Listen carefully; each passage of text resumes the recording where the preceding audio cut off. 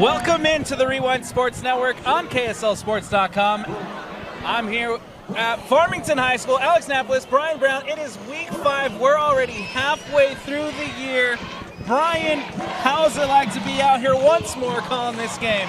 Alex, it's always great to be with you on a Friday night. Grateful to be here at Farmington High School. You can see one of the more beautiful backgrounds in the state.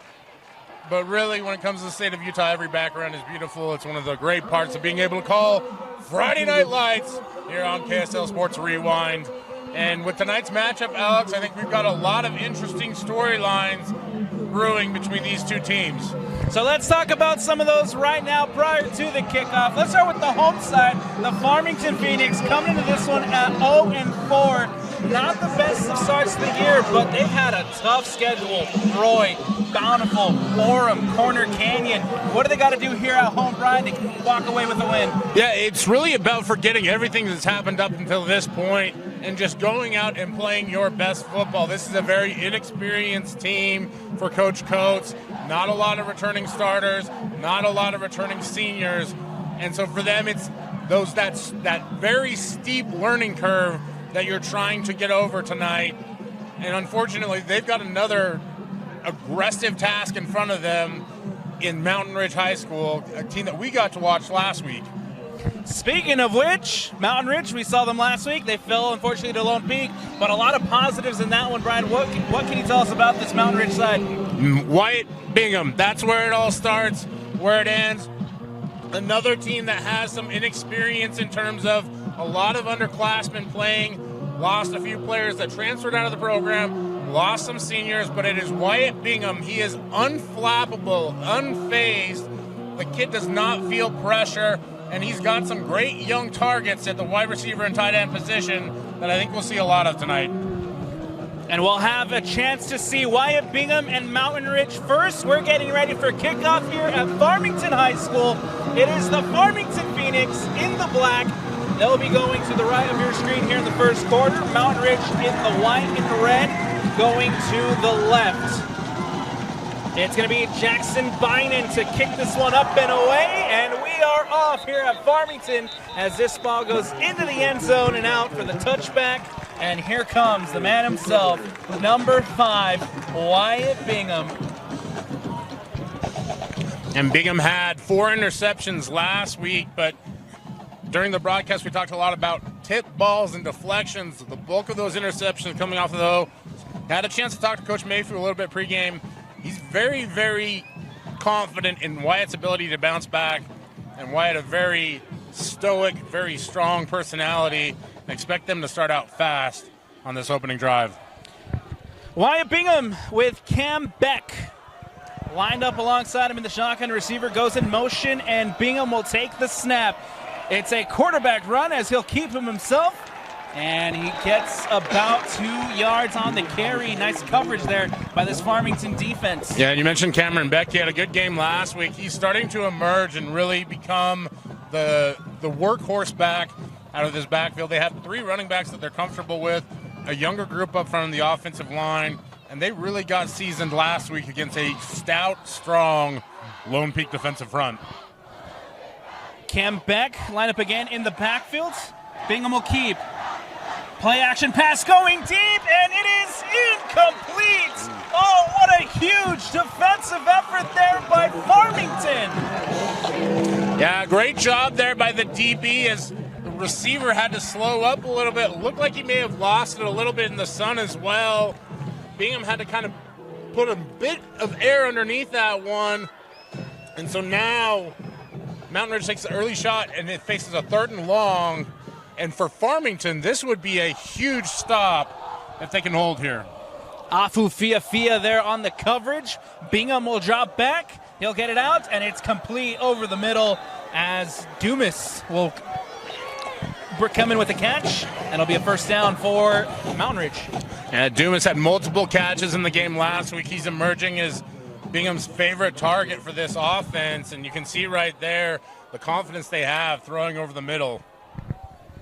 1st and 10 after the first down completion by Dumas. Receiver goes in motion, 3 out to the far side. Bingham keeps, he carries, And a huge run there from Bingham, 2 yards short of the game. Yeah, a good 8-yard pickup there on first down. You can see what they're trying to do with Wyatt Bingham this week. Use him a little bit more in the run game. And that Farmington defense is prepared for Cameron Beck. He is a great downhill runner. They'll have to make an adjustment if they want to stay in this one. Wyatt Bingham doing a great job last week on the ground. Over on the season, he has 142 rushing yards and 4 rushing touchdowns, including one last week there, as this one's going nowhere for Mountain Ridge. Looks like he just stumbled a little bit as he thought the hole was going to open up, closed up quickly. Nice job by that Farmington defensive front. And again, it looks like they prepared hard for the Cameron Beck side of this offense. 3rd and 4, 3rd and average, 3rd and brown bear, whatever you want to call it.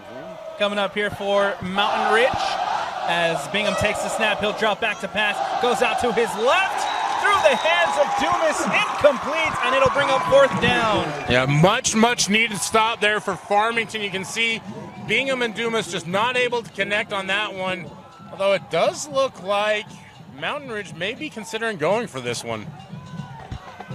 A late call here, but Bingham will be going to the bench.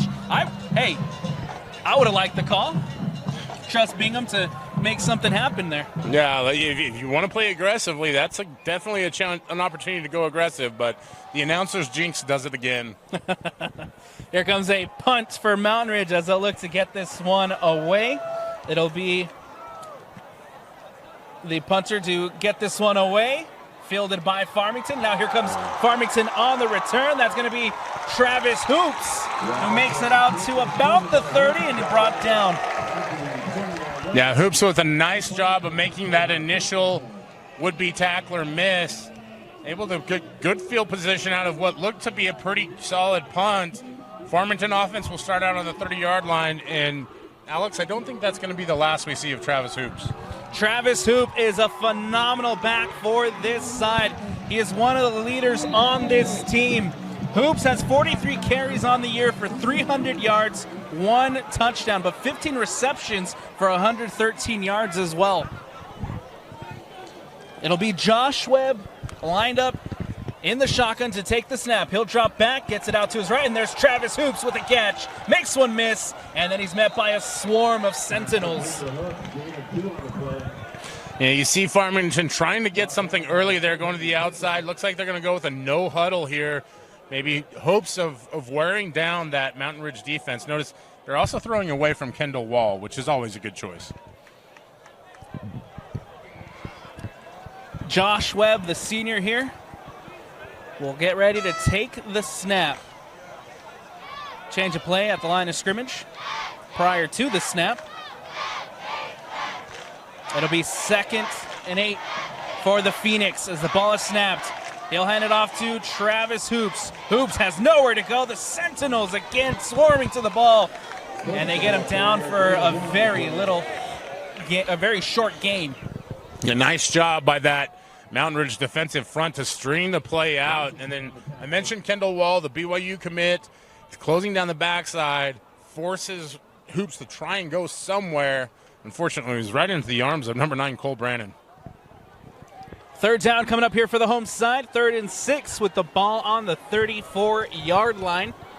Receiver goes in motion. That's Travis Hoops. The ball is snapped. He'll get it right up over the middle. Caught and brought down after the 15. I believe that was Austin Wilcox with a huge catch. Nice job by Austin Wilcox there. You see he gets behind the defense, finds the crease, and Farmington has something going. That's a nice explosive play for the Phoenix. 1st down coming up here for the Phoenix, and they're quickly at the line. 1st and 10, ball on the 47, 7:50 left to go here in the first. Webb sends his receiver in motion. Trying to catch Mountain Ridge here. We'll have a change of play. Bunches over here to the near side. Travis Hoops lined up in the backfield. Webb will take the snap. Gets it out quickly. A little bit of miscommunication, but caught and then taken down in the backfield. That's Gavin Burton with the catch. I'm not sure who it was intended for, whether it was Brody Rolfson or Gavin Burton, but Burton ends up with the ball and able to make something out of it. At least gets back to the line of scrimmage, but You can see what Farmington's trying to do. They want to lure Mountain Ridge into showing their looks and then an audible to whatever it is that they're leaving open. We'll see how that goes throughout the course of the game. Early on, they're having some success. Webb again takes the snap. He'll drop back. Pressure coming, and he's going to be sacked. A huge play there by Cannon Montgomery to get to the quarterback. Yeah, Cannon Montgomery comes unblocked through the A-gap, and there was no doubt about what was going to happen once he got to the quarterback. Great job of closing down, using technique, bringing the quarterback down for the sack, and a 10-yard loss, Alex, with 6:37 left on the clock. Farmington is in trouble a little bit here. Third and very long here for the Phoenix. Ball on the 45-yard line. Webb will take the snap. He'll drop back. The pressure's coming. Gets it out, but overthrown. Intended there for Gavin Burton, and it goes incomplete. Yeah, and the Boo Birds here in the crowd letting the officials know that they're believing in our slogan for 2024, love and positivity. Love and positivity. Right? So just a little bit of encouragement there, but unfortunately that pass goes incomplete. Farmington's going to have to kick this one. And for Mountain Ridge, a little bit of miscommunication early on here as to who has what assignment. It looks like the defense had to stay out there. Jackson Bynum will punt this one up and away for the Phoenix. Good punt here, called for a fair catch. And here comes the Sentinels offense once more. That was a nice job by the Farmington defensive front to stifle the Mountain Ridge run game a little early on. You know, and we'll see what happens in this second drive. I think Mountain Ridge wants to continue to establish the run game, though. They've got some big dogs up front on the offensive line. Farmington goes 4 down, but it's an undersized 4 down front. And so for Mountain Ridge, it may be about the long play in this game.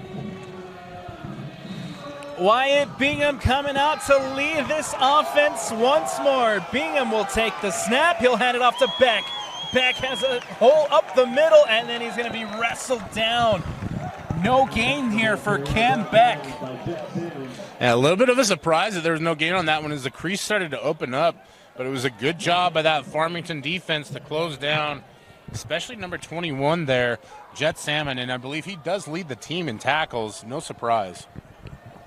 Jet Salmon, 28 tackles on the year, and we'll have a flag prior to the snap. It looks like it's going to go back for that false start. A lot of motion there from Mountain Ridge, and you know, again, they're just going to start to press now because they're feeling the urgency of needing to get some yards. Just one of those mental errors that maybe you can live with through the first quarter, but that's got to be eliminated if they're going to win this game tonight. 5:40 left to go here in the first, all tied up at 0-0. Second and 15 coming up for the Sentinels as more receivers go in motion. 3 receivers now lined up to the far side for Wyatt Bingham as he takes the snap. He'll hand it off to Beck. Beck up the middle, and again is met by this Farmington defense. Nowhere to go for Cam Beck. Yeah, and the defensive front's doing a good job. The defensive line slanting hard, allowing those linebackers to scrape over the top and really stuff the hole. We saw some of Wyatt Bingham earlier in the run game. Mountain Ridge may want to think about going back to that because Farmington's doing a really excellent job defensively right now. Again, 3 receivers lined up to the far side as Bingham takes the snap. He'll drop back. The pressure's coming. Has to escape out to his right. Will dump it off, and it's a call by Beck. Beck almost gets to the marker, but he'll be stopped short, and it'll bring up a 4th down. Yeah, great job there, but I believe it was number 32 perhaps for Farmington. Sometimes those numbers get a little bunched. It's hard for us to see up here in the booth, but regardless, you see Wyatt Bingham, that escapability that he has, gets out of the pocket, finds Beck, just not able to get the first down, and a quick 3-and-out for Mountain Ridge. Good effort from Beck to try to get to the marker, unfortunately short. And that false start pushed this Mountain Ridge Sentinels team back. The punt is away. It'll take a bounce near the 40, and it'll just roll back to the 22-yard line as it falls dead. Nice job by the coverage team to avoid being near the football when it bounces. That's always a danger zone at this high school level. You're doing everything you can. In fact, I think in a college game, one of the players just hit the turf and curled up like a little potato bug. The ball is a crazy shape, takes crazy bounces, and a good job by Farmington to just mitigate the damage on that one. And here come the Phoenix offense for the second drive of the evening. Webb again looking to change things up at the line of scrimmage prior to the snap. One receiver lined out for Webb on each side. Webb will take the snap. He'll hand it off up the middle to Travis Hoops. Hoops with a little bit of space. Gets out to his left, and he's going to be wrestled down by the Sentinels. And great job by the offensive line to open up a nice hole for Hoops. He's able to squeeze through there and get a positive gain. Looks like about 6 yards on that one. And Farmington in good shape already offensively on this drive. 2nd and 3 coming up. Ball on the 29-yard line for the Phoenix. Again in those black jerseys, looking very good tonight. And that run up the middle is quickly met by the Sentinels. Not enough for the first, but it'll bring up a 3rd and short. And you mentioned it, Alex. Not a big gain, but it keeps them on schedule. And now you're 3rd and short, so you still have the entirety of the playbook there open for whatever it is that you want to go to. We've seen them go with a little bit of the screen game, the wide receivers. It'll be interesting to see if they choose to go in the air or on the ground here. 2 yards is all they need to get the pickup and keep this drive moving. Webb will take the snap. He'll hand it off. Met in the backfield, but he'll barrel through and gets the first. What a run there by Lucas Peterson. That was a nice job by Lucas Peterson there of absorbing the contact but keeping the legs going. For Peterson, the senior, that's one of those moments that could give him a lot of confidence as Farmington gets the first down. First down here for the home side as Webb again lined up to take the snap. Hoops goes in motion. Bunches here to the near side. Webb rolls out to his right. Looking for an option. The pressure's coming, and he's going to be taken down for a loss. I never want to be critical of the offensive line, but it looked to me like Kendall Wall was actually getting held while he sacked the quarterback there. You can see why it is that BYU is so excited about this young man. He's got a tremendous frame. He is a little undersized in terms of the weight, but he'll put that on quickly. And that ability to be so strong while having a blocker dragging you down, impressive effort from him. The wall of the Wasatch, if we will. Kendall Wall there making the play for the Sentinel defense. Webb will drop back. Pump fake, and he gets it over the middle, and it's incomplete into the hands of Tanner Nelson, and it hits the turf. Yeah, and that was a pretty good job there by the Mountain Ridge defensive secondary, and I don't want to infringe on any Nick Ramondo love here. I am respectful of RSL, but I think we can delineate between high school and professional soccer, right? Absolutely. He's the wall of the Wasatch for the high school level.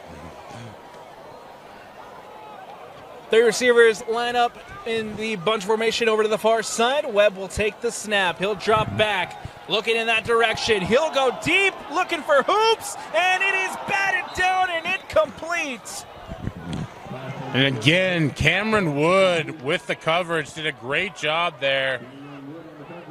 And just a breakup for the secondary. And for Farmington, it's almost disaster averted as there were 2 Mountain Ridge defenders in coverage on that one. The play will result in a 4th down, and Jackson Bynum back onto the field to punt this one away. Second punt for the Phoenix. The punter goes down. The flag is out. The fair catch. And it looks like this ball might stay with the Phoenix. Mental miscues already early for Mountain Ridge have been very punishing. That's going to give Farmington an automatic first down here. And for a Mountain Ridge defense that did a good job getting off the field, and that's some extra salt in the wound right there. Mountain Ridge makes them go backwards on first down, set themselves up nicely to get off the field, and now they are back after the flag. And Josh Webb in this offense will have another shot. Extending the drive with the flag. These kind of breaks for Farmington will really help reinforce their confidence in this game for a team that hasn't gotten a win yet this year. these kind of moments can be critical. It just gives you that much more belief in yourself and what you're doing that you can get the job done. Josh Webb coming back out to lead this offense. Two receivers line up here to the near side as Webb lined up in the shotgun. 1st and 10, 1:45 left to go here in the first quarter. Handoff to Hoops. Hoops is going to be met in the backfield, and he's going nowhere. Yeah, great job of gang tackling there from Mountain Ridge. Initially met in the hole by number 41, Tayton Day. Great job by Day to get there before any of the Farmington blockers. 2nd and long, ball on the 44-yard line for the home side as the clock begins to wind down here in this first quarter. Webb again will take the snap, looking out to his right, gets it out quickly, caught and brought down. Good catch made by Tanner Nielsen. A nice job by Nielsen to secure the ball there. The defender was bearing down on him, able to pick up good yardage after the loss previous. And it'll still be 3rd and long, but it gives them just that much more room to operate here. 9 yards to go here for the home side to get the first down. Webb again lined up to take the snap. 3 receivers lined up over to the far side. We'll see if he looks in that direction as Webb takes the snap, but the flag comes out prior to. Yeah, the false start there on the offense, and that's a really killer penalty there for Farmington as they were about to cross midfield, Alex. You're seeing what they're offensively trying to do is really mix up side-to-side action and a little bit of vertical action in the passing game in addition to the run game. Unfortunately, now it's going to have to be vertically in the passing game if they're going to pick up this first down.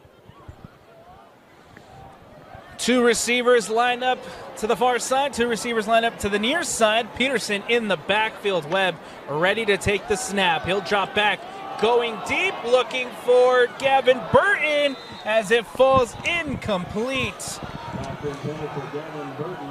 And nice job by Burton to break up the pass on that one. It was almost a Hail Mary in essence from Farmington. You saw it, double A-gap blitz from Mountain Ridge. Peterson did a good job of picking up. There just wasn't a whole lot open there, and Mountain Ridge knew that it was going to have to be a deep pass. So you're watching at home, you're like, ugh, but really good job by Burton to get out of a bad situation. Jackson Bynum back out onto the field to punt it away. The fair catch. And here comes this Sentinel offense again. Went 3 and out last time, Brian. But we'll have another chance to see why Bingham and his team come out. Yeah, and a good job by Ty Homestead to field that punt.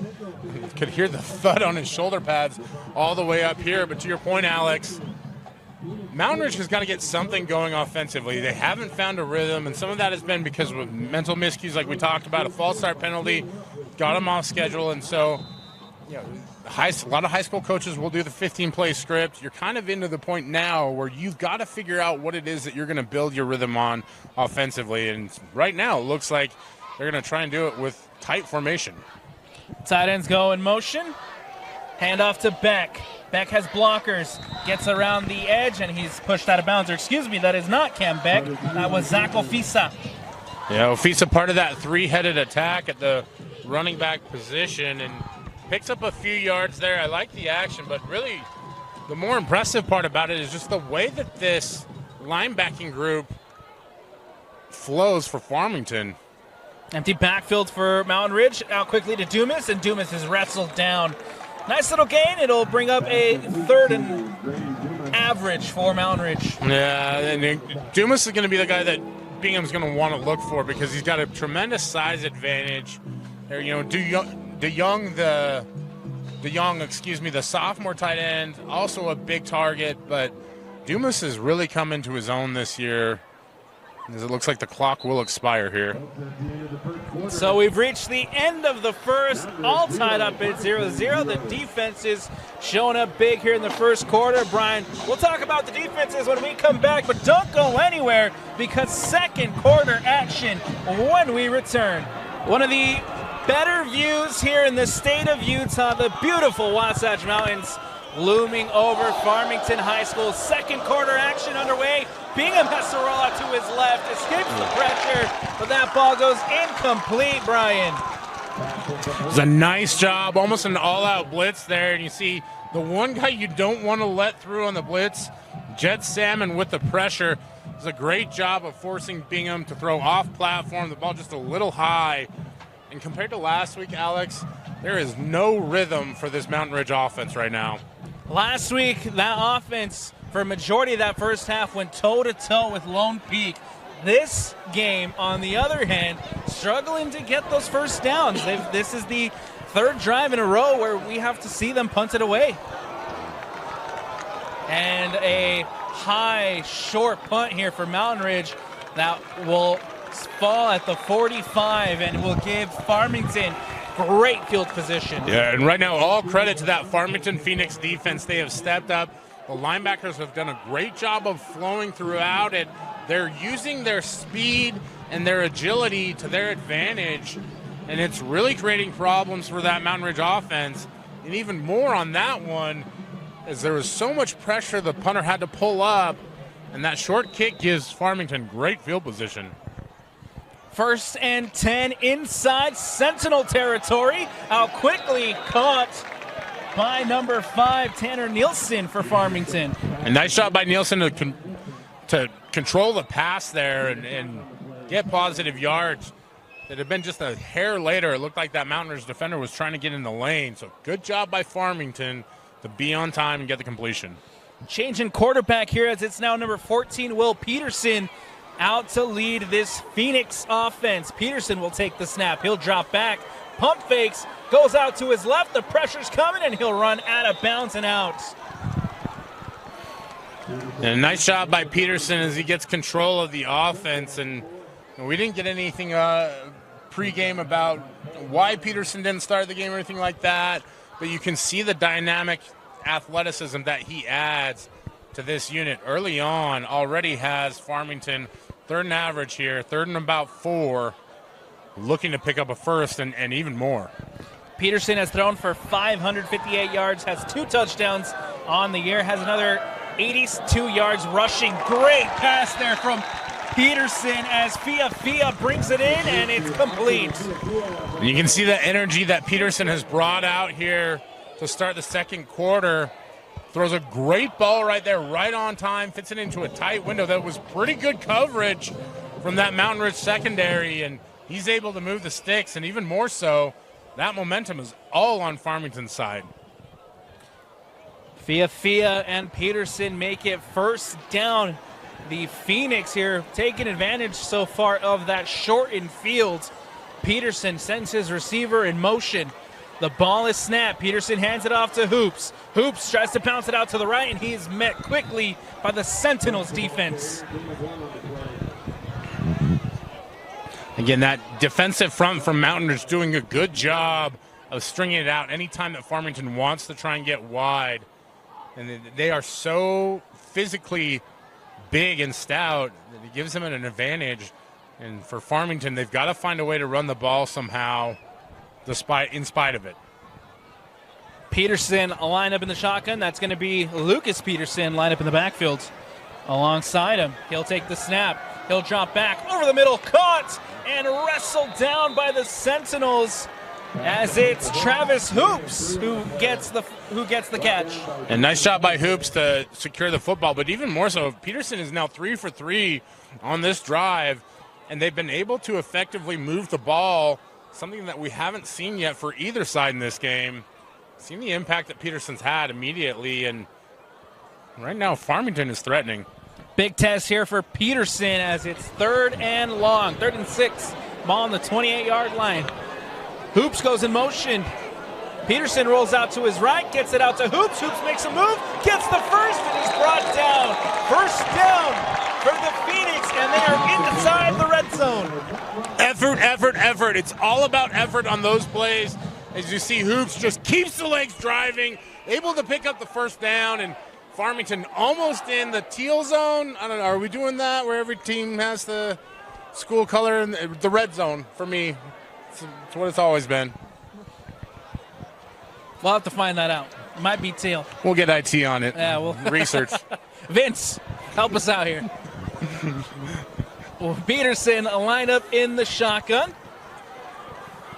Receiver goes in motion. He'll take the snap. He'll drop back, looking out to his left, going for the end zone, and it is incomplete. Broken up by Cameron Wood, but Wood is so close to intercepting. Just incredible coverage. That's 3 times now that they've tried to test Cameron Wood.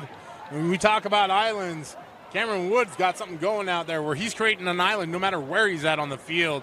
Just a phenomenal job to break up the pass.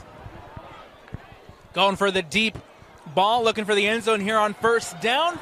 Farmington now with a 2nd and 10, ball on the 21-yard line. Peterson will take the snap. He'll drop back again over the middle, caught by Fiafia. Fiafia making a move, brought down in there inside the 10. Boy, some kind of miscommunication there for the secondary of Mountain Ridge. Fiafia able to recognize it, secures the catch, and then gets the yak. Puts Farmington inside the 10-yard line, and whatever color the zone is, it's looking green right now in terms of Farmington being able to score. Inside the 10, 1st and goal, ball on the 7, 8:18 left to go. Peterson and Farmington threatening. Peterson will take the snap. He'll hand it off to Hoops. Hoops out to his left, trying to find space, and he's brought down. Nice defensive effort there by the Sentinels. Yeah, good job there by number 9, Cole Brennan. We've called his name a couple times tonight, but able to trip up Hoops, slow him down just enough, and the rest of that Sentinel defense gathers together and brings him down. And for Farmington, you've had so much success up to this point. Now as things start to get tighter, as that anxiety starts to build for Mountain Ridge, what can you do here with so few yards to be able to punch it in? Fiafia checks back in. He's lined up over the far side on your screen as Peterson will take the snap. He'll hand it off to Peterson, and Peterson takes it into the end zone. And Farmington, with the first touchdown of the evening, they lead it. What a great play call by Coach Coates. And that Farmington offense executed it to perfection. Right as I'm calling them out, it's Peterson to Peterson. And Peterson walks it into the end zone for 6. PAT coming up. Jackson Bynum for the point after attempt. He'll take the snap. The kick is up, and the kick is good. And the Farmington Phoenix here at home lead it 7-0. We'll take a quick step aside here on the Rewind Sports Network. One of the rowdiest environments up here in Davis County. The Phoenix student section are into it now. They are loud, they are proud, as Farmington have just taken a 7-0 lead. Alex Napolis, Brian Brown, Farmington High School is the place. And of course the Phoenix lead it 7-0. Yeah, and the spark that started it all for Farmington was number 14, Will Peterson, the junior quarterback coming in the start of the second quarter, immediately leads this offense to a touchdown. Here comes a return for the Sentinels as he tries to bounce that out to his left, and he is going to be brought down at the 23-yard line, and that's where Wyatt Bingham and this offense will set up shop. And up until that last drive, Alex, it had been all the Farmington defense that had been doing the heavy lifting. And now with a lead, you have to believe that they'll be even more aggressive, wanting to build on that. And just that one touchdown has just brought so much electricity to this crowd. The student section here dressed in all black. It must be a dark mode game. You can feel the energy. It's a different tone now here at Farmington High School as Bingham will roll out to his right. Over the middle, cuts. And he is going to be brought down. That is a catch brought in by Ty Homestead. We talked a lot about him last week, but Bingham is so good when he gets out in the open. He's able to find Homestead on that one.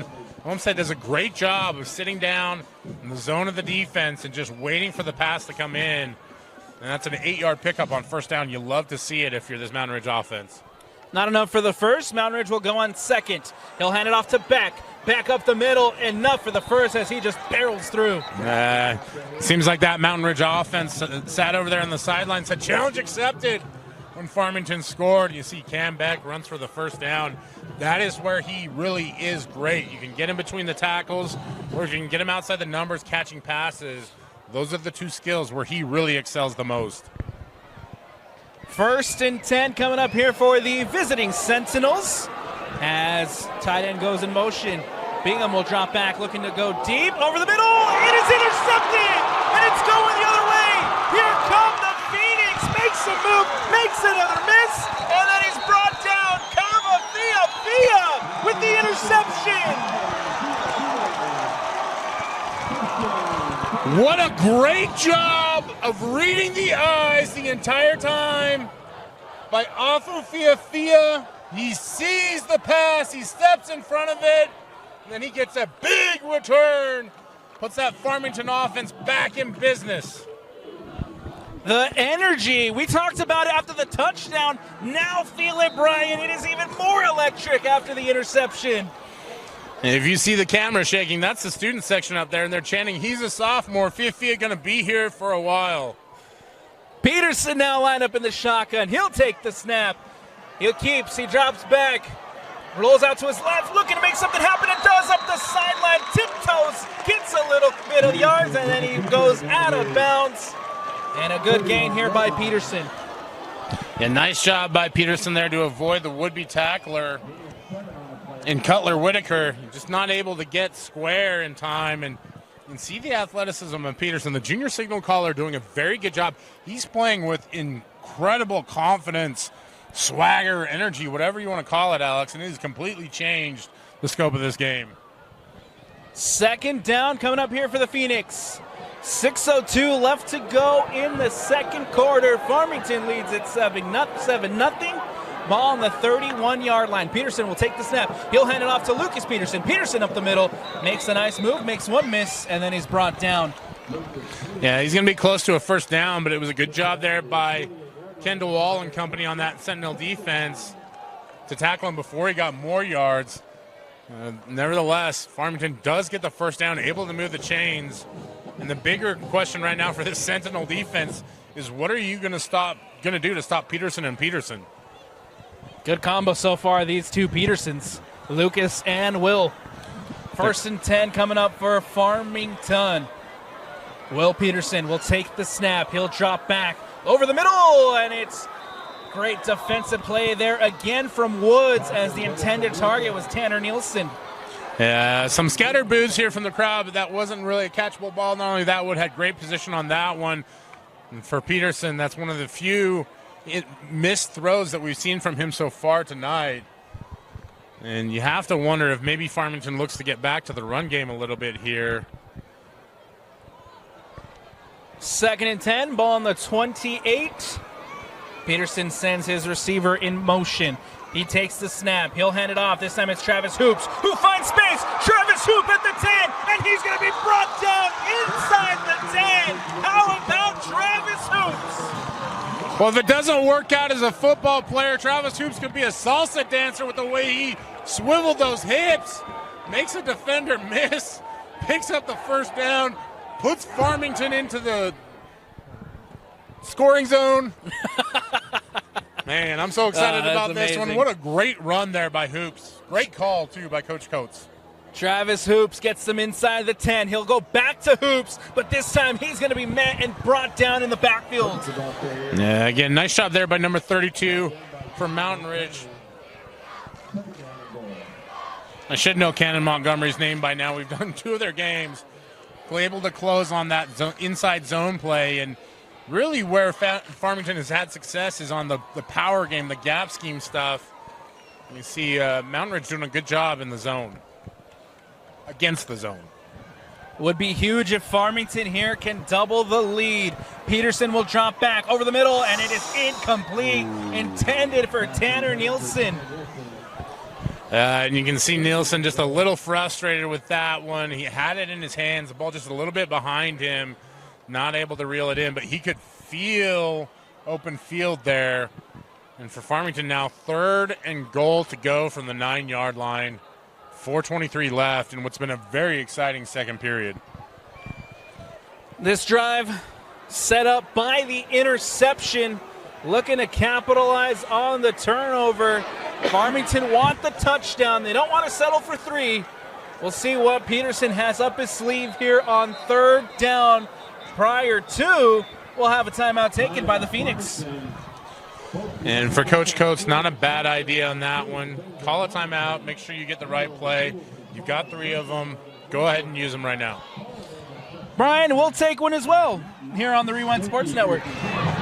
3rd and goal coming up here for Farmington on the 10-yard line. Alex Napolis, Brian Brown, the Farmington Phoenix lead at 7-0. 4:23 left to go after the timeout. We'll see what Peterson and this offense have up their sleeve. They want the touchdown. They don't want to settle for 3. Peterson over the middle. It is intercepted. Brought down by Mountain Ridge, and they'll turn it over inside the red zone. Tremendous stand by this Mountain Ridge Sentinel defense, able to get the turnover. And for Farmington, that's one that you really wish you had back. There was so much traffic in there. Understand the idea. You've had so much success with the slants inside all game long. That one, you just kind of wonder if that condensed field didn't change things so much for Mountain Ridge and cause too much traffic. And, you know, after such a great hot start, Peterson with the interception there, we want to see how he bounces back from that one. Big play here for the Sentinels as they get the ball back with 4:19 left to go in the second quarter. Looking to tie things up prior to the halftime break. Bingham lined up, backed up inside his own 5.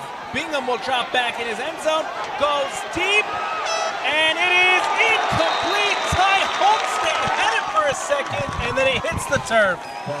Yeah, Homestead kind of froze for a second there as he went up for it. It was a good job by, I believe, it was either Tanner Nielsen or Cooper Nickel. It looks like, Tanner Nielsen. My printer just didn't work too well on that one, so we're all in mid-season form apparently. Time to change the cartridge. Yes, I do still use paper. It's the only way to do this job. It's too hard on your phone. It's just too small. Bingham will take the snap. He'll go up the middle, hand it off to Beck. That's Ofisa, and Ofisa gets the first down and more. Huge run by Ofisa. No, Ofisa, the Thunder and this Thunder Lightning combination with Ian Beck. He's just a great change of pace runner there. They're both very sound on the middle inside run game. You can see what Ofisa is able to do as he keeps those legs churning, and even more important, picks up the first down. First down for Mountain Ridge. The clock is running. Tight ends go in motion. Handoff to Ofisa. This time Ofisa maybe gets back to the line of scrimmage. Not much there for Ofisa. I'll tell you what, I always collect favorite players whenever I watch teams that I haven't seen in person before. Jet Salmon, come on down. You're a Brown Bear all-star tonight. Takes on the block, sheds the blocker, makes the tackle. What a great job. Here comes the second down snap as Bingham, it's tipped, but it hits the turf and falls incomplete. It'll bring up a huge third down for the Sentinels. Yeah, and that's where we saw things get dangerous for Mountain Ridge last week. Anytime the ball got tipped, it was that Lone Peak defense that was able to immediately capitalize on it. Now for Farmington, while they didn't get the interception, they did force 3rd and long, and they've been excellent on 3rd down so far this game. Huge third down here as Bingham will send DeYoung in motion, and the whole student section jumping up and down. They got their 3rd down jump. It's caught and brought down by DeYoung, but Brian, the whole student section was shaking the box. They are bringing the noise, and DeYoung, the young one, Titus, could have gotten up and given the signal if he wanted to, as he quiets the crowd with a huge first down. Great catch by the young sophomore tight end. Mountain Ridge here lining up on 1st and 10. Bingham will take the snap. He'll drop back, steps up in the pocket. Pressure's coming, has to run, and he's going to be brought down after a decent gain by Bingham. Looks like maybe 4 on the carry. Yeah, Farmington doing a good job of limiting the amount of pickup that he gets when he decides to tuck and run. And need to apologize to the DeYoung family. It's Titan DeYoung, not Titus. But regardless, he's going to be a name that local football fans will want to remember he has an extremely bright future. 2nd and 6. Floated over the top to Ofisa, and Ofisa's going to be met at the line of scrimmage. Nowhere there for Ofisa to go. Yeah, just a great job by Tyson Hoops, or Travis Hoops, excuse me, to slip underneath the blocker and make the tackle on the screen. If he isn't able to do that, it could have been a long, long gain for Ofisa.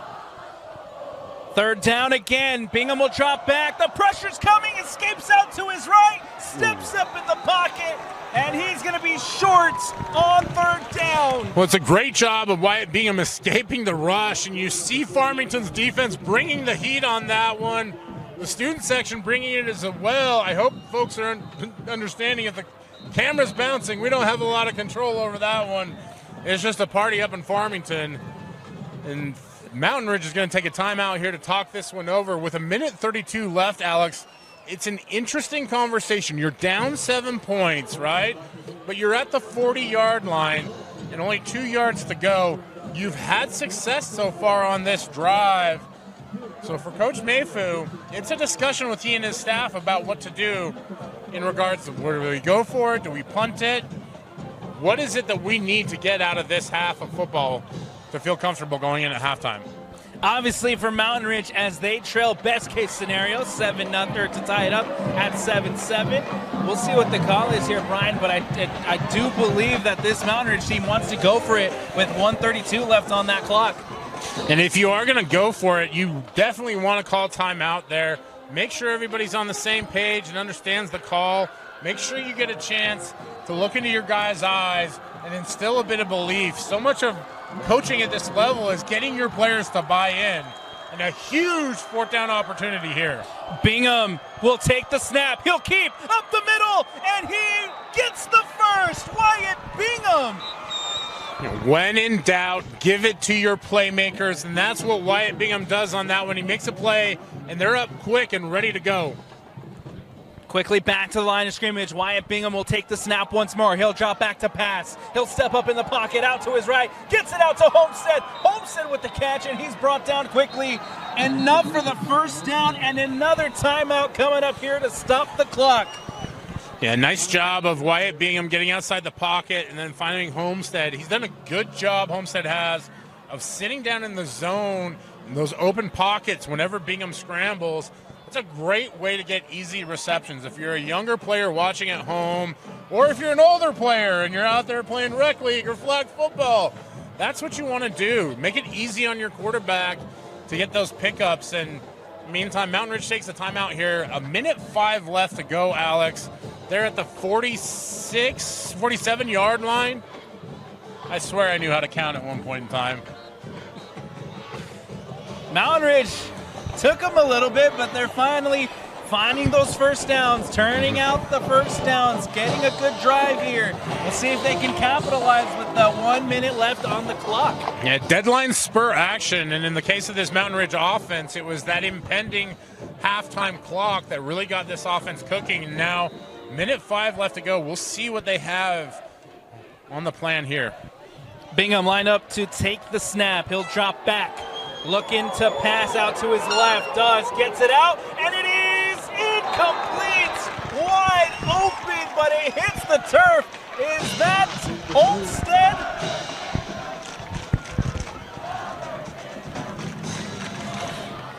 Not sure if that was Homestead or if it was... Or excuse me, that Twilling? was Lincoln Twilly. Yeah. And again, Mountain Ridge without one of their best receivers, Coco Cunningham, out tonight with an injury. We saw a lot of Twilly last week as well, though. Bingham will drop back, looking in that direction again. The pressure's coming, gets it out. Dumas with the catch, and he, depending on the spot, we'll see. But if they spot it, they'll give him the first. The pressure, though, coming on Wyatt Bingham. He gets it out as he's hit. Yeah, and I tell you what, Braxton caught him, put all of his 5'10", 245-pound body into Wyatt Bingham on that one. Just a great job rushing the quarterback. He and I believe it's Porter Bowcut out there at the defensive end, really starting to cause some havoc for this Mountain Ridge offense. 49 seconds left on the clock. Mountain Ridge moving down the field, looking to tie things up before we head to the halftime break. Wyatt Bingham doing a fantastic job there of getting the ball out. Dumas with just a little bit of extra effort to get the first. And they're operating here on the 36-yard line, again with just 49 seconds left of this second quarter. Following the timeout, both sides trotting back out.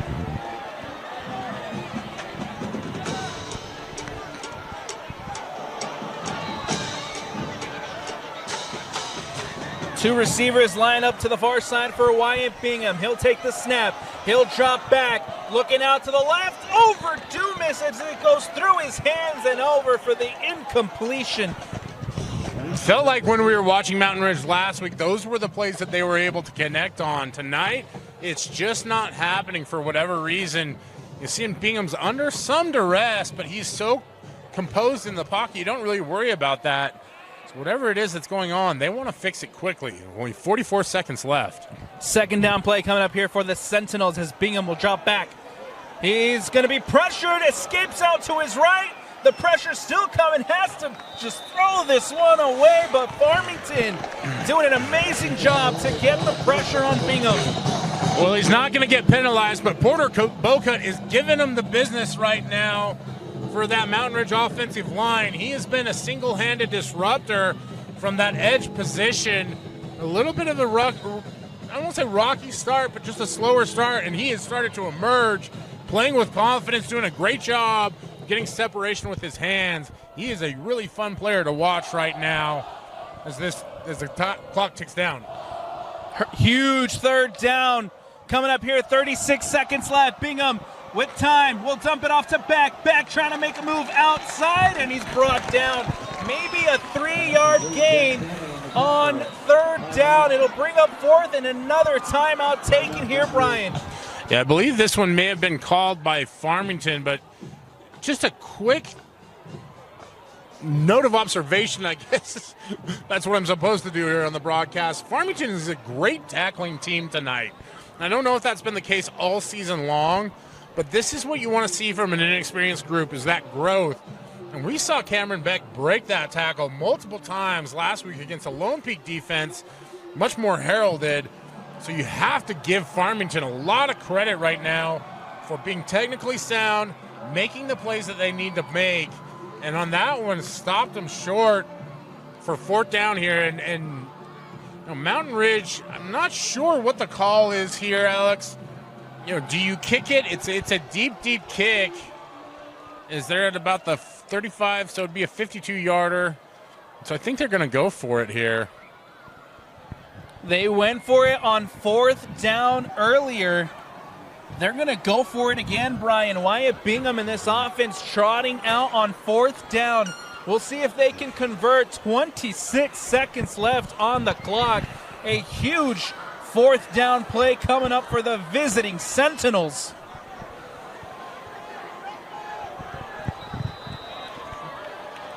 Bingham will take the snap. He'll drop back, looks out to his right, throws it over the middle, caught by Homestead inside the 20. Ty Homestead. Mountain Ridge is going to hurry up and try and either run a play or spike this one. Spike it. Previous play, just a great job there, and that's where you really see the chess match of football, right? Farmington been getting pressure from the right side, sends 3 men off the edge on the blitz, but Mountain Ridge has the call on where they're running deep to that wide side of the field. You see Homestead able to find that crease, as he's done pretty much all game long. Wyatt Bingham, man, he is so unflappable. He just drives that ball right in there, and Homestead able to pick up the first down, and more importantly, gives Mountain Ridge a shot to get his touchdown here with 14 seconds left. 2nd and 10, empty backfield here for Bingham. Bingham will take the snap. He'll drop back.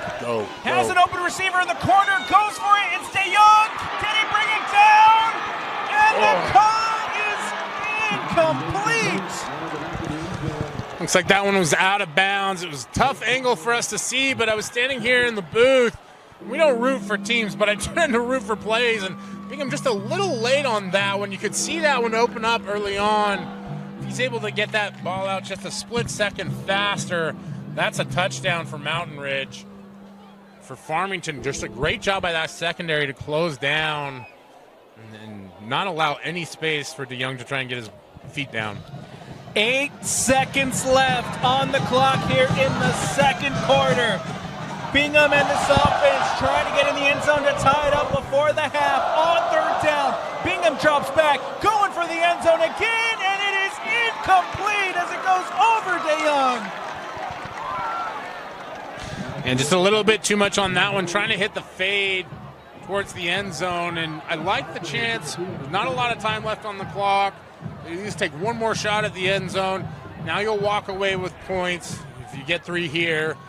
And for Farmington, that's a big stop for this defense that you're holding them to a field goal.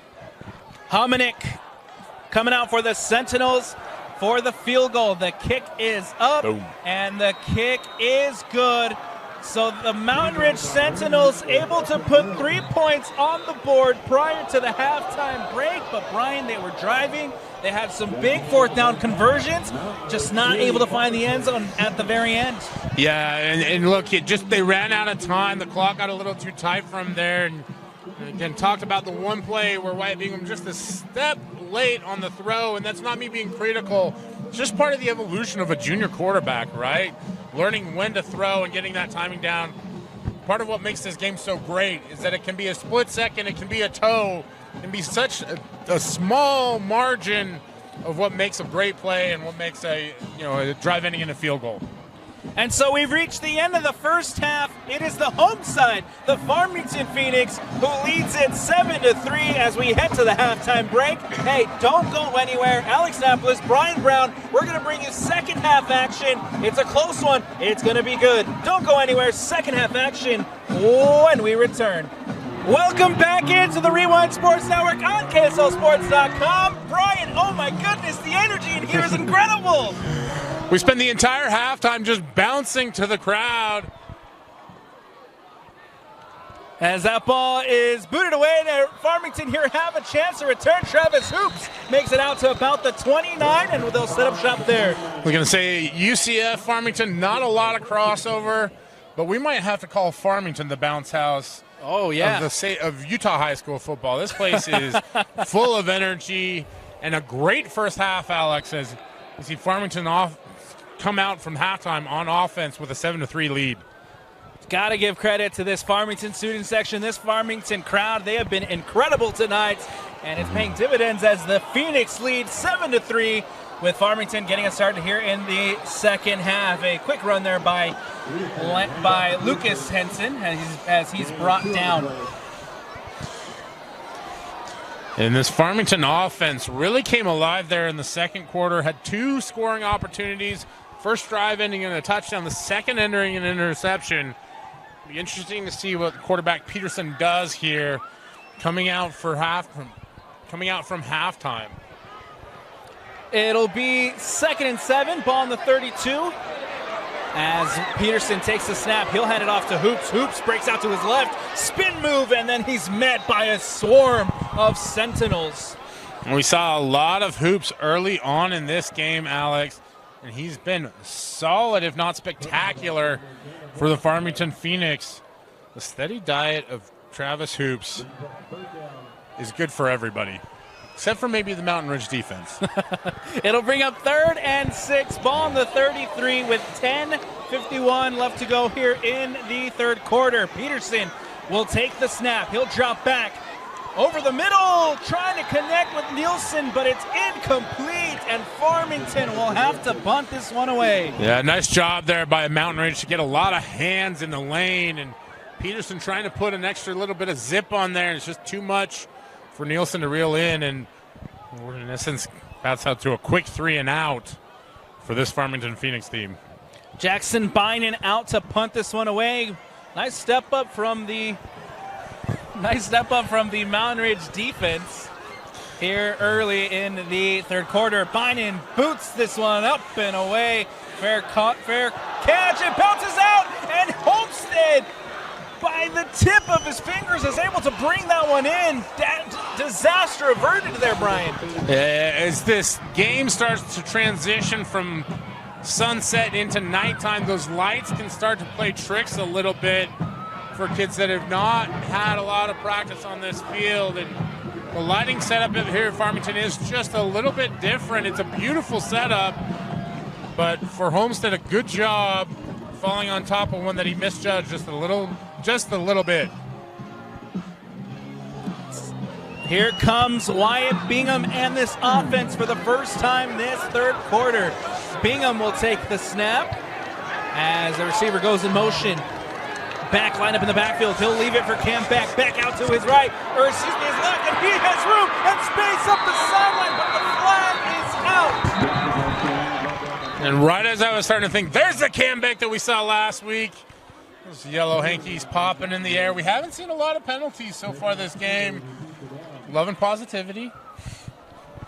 Credit to both sides. It has been a good, fair, clean game so far, but here on the first drive for the Sentinels, we do get a little bit of laundry on the field. Yeah, and 2 flags there. Definite holding call.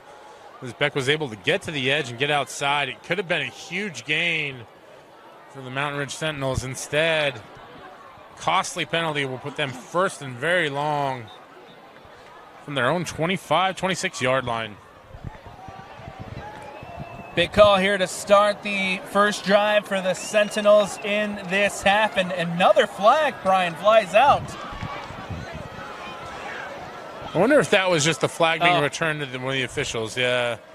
So it did come flying, but it was flying its way home. That threw me off. Fly home, flag. Fly home. I got. Stay in pocket. A first and long coming up here for the Mountain Ridge Sentinels. Wyatt Bingham with an empty backfield. 3 receivers line up to the far side for the Sentinels. Bingham will take the snap. He'll drop back. The pressure's coming over the middle. It is caught for a huge gain as DeYoung is able to bring that in, and it's a first down, Mountain Ridge. What a beautiful pocket there for Wyatt Bingham. He delivers a strike. DeYoung reels it in, absorbs the contact, holds on to the ball, and that's a huge pickup for this Mountain Ridge Sentinel offense. What a start by the Sentinels. Behind the sticks for the holding call, and then they pick it up right away with DeYoung. Bingham will leave this one for Beck. Beck out to his right. Tries to find the edge, but he's met by the Farmington Phoenix. But this Farmington defensive line has done a great job of getting penetration at the point of the attack, moving in essence the line of scrimmage backyard. That allows those linebackers to flow so quickly and make those tackles. They really have stifled this Mountain Ridge run game.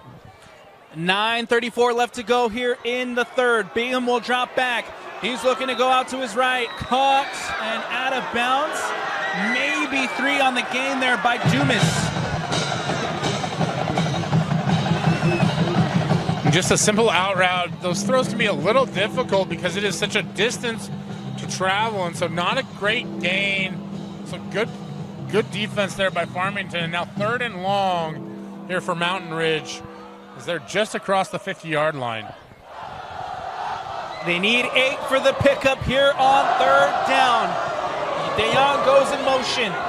Bingham takes the snap. The pressure's coming, and he escapes it, Brian. But then on the second effort, he is sacked.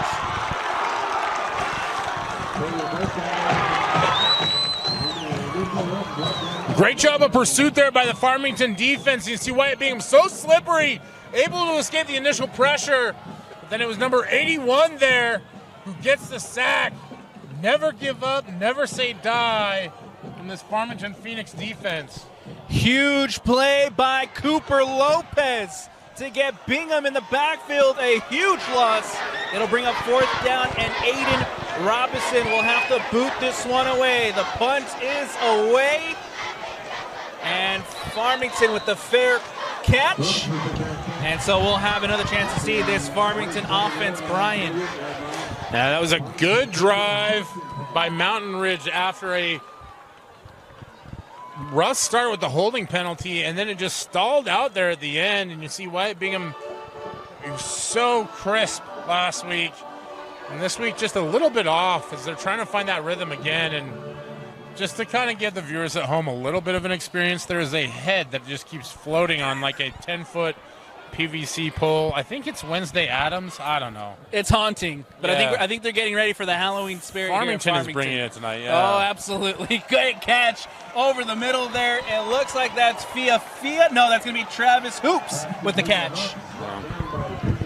And it's just those little 8-yard pickups to get the drive going that are so crucial for Farmington. It seems like they can get one of those early on. It usually leads to production down the field. 2nd and 2 coming up here for the Farmington Phoenix. Ball on the 36-yard line. 7:39 left to go in the third. Peterson here will change plays prior to the snap. Little change at the line of scrimmage here for the home side. Peterson will now take the snap. He'll hand it off to Hoops. Hoops up the middle. Takes one down, barrels through, and that's going to be enough, Brian, for the first down.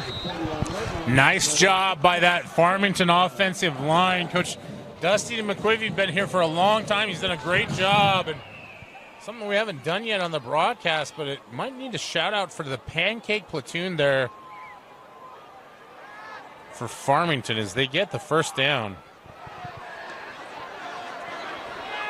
1st and 10 coming up here for the Phoenix.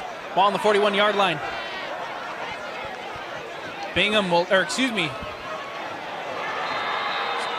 Peterson will take the snap. Hoops is going nowhere. He's met in the backfield, and he goes down for a big loss. And just as I give a shout out to the offensive line, that Sentinel defense rises to the challenge.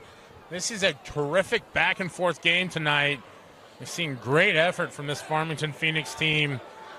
Coming into this one, you look at the record, and they have played way better than the 0-4 start to their season tonight. This Farmington team is fired up. They want the win tonight. Peterson again will take the snap, handoff to Lucas Peterson, and he'll run it up. Cuts out to his left, has time and space, and he gets the first down. Now, Lucas Peterson is an extremely gifted running back in one trait or one attribute, but he does a good job of just being patient and staying with it, and it's a good lesson for any of those young players watching at home. And I have no idea how many young players we have tuning in. I hope a lot, but just stay patient and keep within your feet. Always keep those feet moving as a running back. Great balance, able to pick up big gain there. Peterson now on 3rd down. It is 3rd and 7. Ball on the 44. Out quickly to Hoops. Hoops is going nowhere as Mountain Ridge swarms to the ball and brings him down for a huge loss. Yeah, they've got that one dialed in. The entire secondary, it looked, was closing down on Hoops there as they threw that to the outside. And what started off as a promising drive now goes to 4th and very long for Farmington. They're going to punt this one away. Good start to the drive for the Phoenix, but then a couple of plays has them going backwards. And now they will have to boot this one up and away. Jackson Bynum back out for the punt. He gets it off. A nice booming kick here from Bynum. And a fair catch called, but a flag comes out. And I'm not sure what this one's going to be. It looks like it may be in the area of catch interference. It came from the side judge, which I'm not exactly sure if it was that or if maybe there was a block in the back that pushed the player into it. But we'll get a calling here at some point in time. For Mountain Ridge, if this goes against them again, that's another major miscue that will put them even further back. See what the call is here? Looks like it is. We'll go against the Sentinels, a block in the back, and so Mountain Ridge will get the ball, but they'll have to move it back here, Brian, just a little bit. It's one thing if you get a block in the back on a kick that's actually returned, but in this instance where the punt was fair caught, it's just one of those plays that you really, as a player, you wish you could do over again. And for Mountain Ridge, the task just got even more difficult. Mountain Ridge in this offense will take over with 4:47 left to go on the clock. Bingham will take the snap. DeYoung goes in motion. Bingham will roll out to his left. Bingham with time and space, and he's going to be met. Huge defensive play by the home side. It's just a great job. And I've said this a lot tonight, but a great job by this Farmington defense of scraping across and filling holes. They're doing a magnificent work there. Just number 41, Cash Taylor, of just getting there and filling those gaps as they open up. Bingham rolls out to his right. He's looking to throw, goes deep. Dumas with the catch, and Dumas past the 45, pushed out of bounds. First down, Sentinels.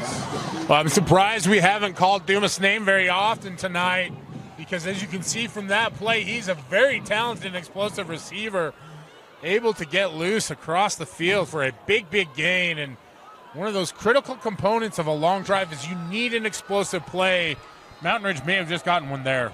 Mountain Ridge looking to take it quick. Does the snap to Bingham. Bingham keeps, drops back to pass. He's looking deep. He's going out to his left, and it is incomplete. Might have been hit as that ball was out. Fia in the area, but can't make the interception. Yeah, and that's one of those plays that you can see a young quarterback learning on the fly, right? He wants to go for that big shot so badly, and he just keeps waiting, either throw it or bury the ball for the next play. Because as the defense bore down on him, that ball fluttered out of his hands and almost ended up being intercepted. That ball goes out wide with the run. Just a small gain here as Mountain Ridge gets it out to the right. It looks like it was Ofisa on the run. Yeah, Ofisa's done a nice job tonight. Inside the tackles being just a good change of pace back. Now 3rd and long here for Mountain Ridge. Another big 3rd down coming up. But prior to, the Phoenix will take a timeout. 3:37 left to go here in the 3rd. Farmington leads at 7-3. Brian will take the timeout with them. Don't go anywhere. 3rd quarter action when we return. After the timeout taken, 3:37 left to go here in the 3rd. Mountain Ridge with a huge 3rd down coming up. Farmington leads at 7-3. The 3rd down jump is rowdy and loud. And here we go, Brian. His Farmington crowd has been electric all night long. Ooh, and we're going to get an offsides there. Nice work on the hard count. And Mountain Ridge able to draw the defense off and shorten that distance. Now with 3rd and 3, you've got a lot of options on the table here. Ofisa got 3 yards or close to it the previous play. So just really opens up the playbook. A critical miscue there from a defense that's done a phenomenal job all night long. Big 3rd down coming up again, this time on 3rd and 2 after the penalty. Bingham will hand it off to Ofisa. Ofisa with the 1st down and more. Ofisa brought down, and Mountain Ridge inside Phoenix territory. Sometimes it's all about common sense, Alex. Ofisa's been running the ball, picking up 3 to 4 yards almost every single play. Just give him the rock, let the man work. He's able to churn and burn for an extra 7 or 8 yards on that one. And not only does Mountain Ridge now get the 1st down, but they're at the 40-yard line with about 3 minutes left here in the 3rd quarter.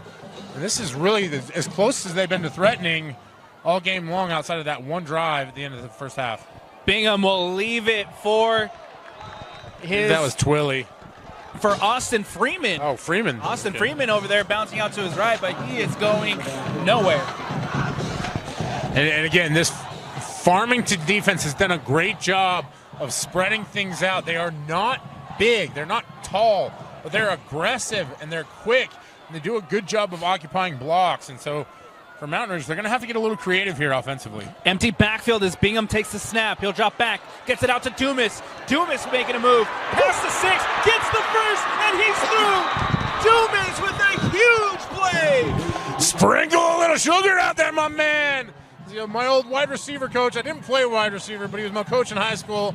Carl Harry, the Utah great, used to say, Dick's two moves there, and Dumas puts Mountain Ridge inside the 20-yard line. Empty backfield again, and Mountain Ridge threatening. Bingham will take the snap, has to step up in the pocket, escapes the pressure, out to his right, and is met. A great pickup there from Bingham on 1st. Yeah, it was a good pickup for him there. Good gain on 1st down. Sees that everything's covered downfield, immediately takes off.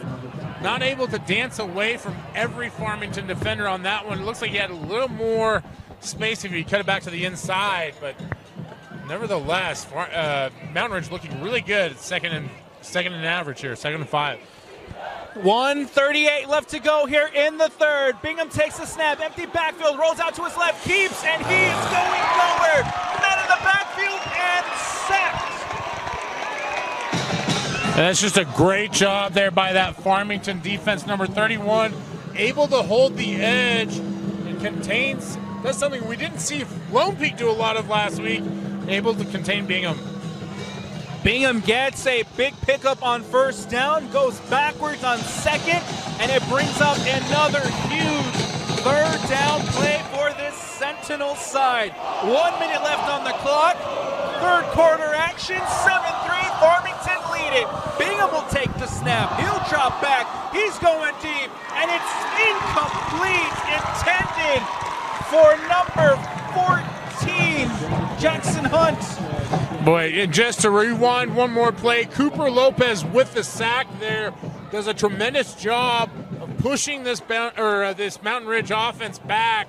And now at 4th and 10, they're going to have a much longer attempt, as it's going to be a 47-yard field goal, it looks like. 47, 48 yards. On fourth down, Humanick coming out for the kick. Humanick puts it up, and Humanick gets it. No good! No good from Humanick! It'll stay 7-3! I don't know where Cooper Lopez is, but somebody should get that kid a Gatorade. He did a great job of getting the sack, pushes the ball back. Mountain Ridge misses the kick, and now Farmington dodges a potential disaster there. We could have put Mountain Ridge ahead, and instead they come out with the ball now, up 7-3. Just a great job and a great stand by that Farmington defense. They have been stout all game long. Seems like that's becoming a common theme for us, Brian. Week in, week out, we see some incredible defenses, and Farmington this week is no exception. Peterson will take the snap. He'll drop back, going deep, and it's incomplete, intended for Tanner Nielsen.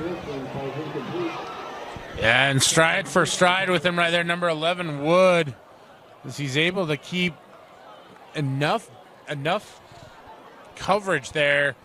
The ball just a little bit outside of his reach. And for Farmington, you like taking the shot on first down, but with 42 seconds left in what's really become a fast-paced game, Alex, they need to dig their way out of this hole just a little bit. Snap taken by Peterson. He'll have to roll out to his right. Gets it out and incomplete as it hits the turf.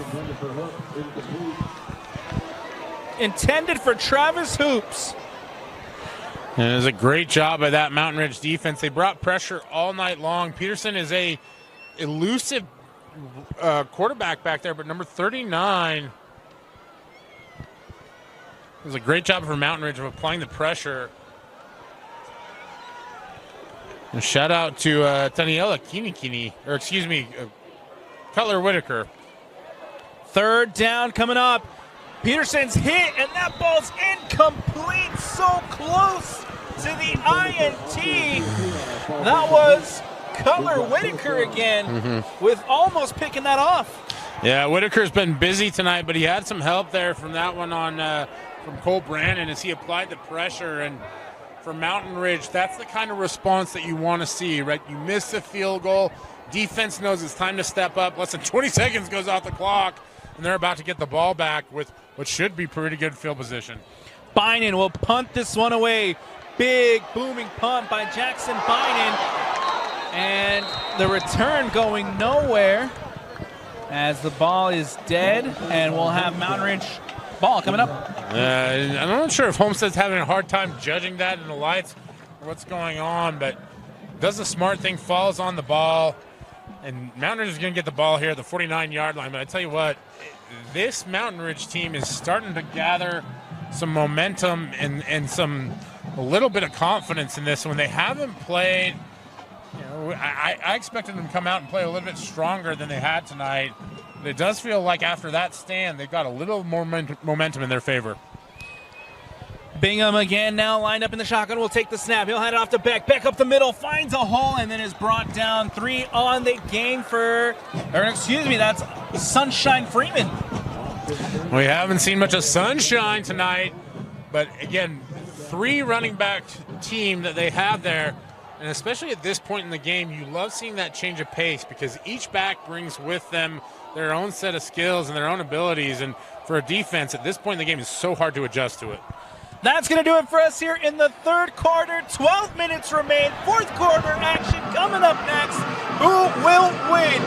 Farmington leads it 7-3. It has been a close one all night long. Don't go anywhere. Fourth quarter action when we return. This is apple cider vinegar from NutriCost. This is apple cider vinegar from another leading brand.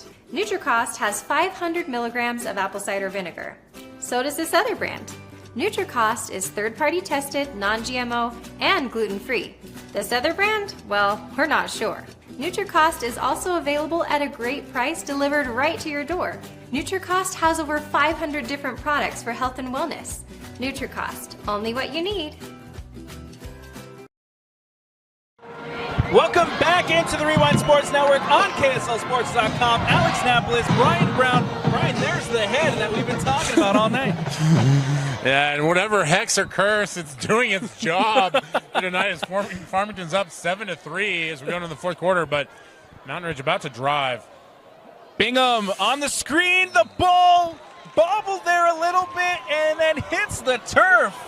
And just a great job by that defensive front to read and recognize the screen pass, get hands up. And we do have Mountain Ridge player down, unfortunately. After the play, it looks like there is a Sentinel down as the medical staff here at Farmington head onto the field to take a look. We'll take a quick step away here on the Rewind Sports Network. Welcome back into Farmington High School. Alex Napolis, Brian Brown. Big shout out to Austin on the camera, doing a fantastic job for us tonight.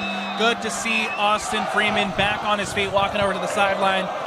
Looks to be able to walk that one off after spending a little bit of time on that turf there. Yeah, third down coming up. Bingham will roll out to his right. Bingham with time and space, takes it past the 50, past the 45, and he's going to be brought down. A nice job by that Farmington defense to keep it in front of him. He had a wide receiver coming across the field, but good coverage over the top. And Bingham does the wise thing, just tries to get as many yards as possible, and Mountain Ridge is going to kick this one away. Really try to pin that Farmington offense back. Fourth down early here in the fourth quarter. Clock is rolling, 11:20 left to go. They still trail 7-3. It has been a close one all night, Brian, as Robinson here will boot this one up and away. Bounces at the 15, caught at the 10. A little bit of return here past the 15, and Farmington will set up shop. And I don't know if this was meant to be a fake or not, but Cameron Beck is demonstrative out there. As the ball went over his head, he put his hands up like he was trying to catch it. So I don't know if there was a miscommunication there with the snapper or what, but if that was the case, a great job by that Mountain Ridge coverage team to be alert as Beck expected to get the ball, and that would have been a big fake punt call right there. Here come the Farmington Phoenix with a ball on the 19-yard line. Peterson, he'll take the snap.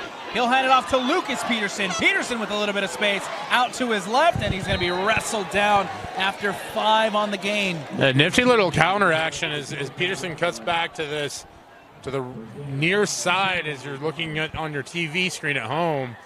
Able to pick up 5 yards, almost 6 yards on that one. Ball on the 25. They'll officially spot it with 2nd and 4, 4 yards needed here by the Phoenix with time running down. Peterson will take the snap. He'll drop back. The pressure's coming. Gets it over the top. Looking for Nielsen. He gets it in one hand off his chest, and it falls incomplete. Nielsen and Wood have been battling all night long, and Nielsen almost came away with a highlight level catch on that one. He and Wood hand fighting the entire way down the field. I love the no call from the officials as well. There's a lot of contact, but it's on both sides. Both players had a chance to go for the ball. And on that 2nd and 5, I like the call to take a shot as well. 3rd and 4 coming up here at 25-yard line. Peterson will drop back, looking again in the direction of Nielsen, and it falls incomplete. And that was a good call, but again, the coverage has been so good tonight from Wood, and he and Nielsen have really battled tonight. You love some of those games within the game, and thankfully for Mountain Ridge, Farmington will punt. They'll get the ball back. For the Phoenix, you kind of wonder if that wasn't a missed opportunity on that drive. Ball over the top of Bynum. Bynum will have to boot this one away.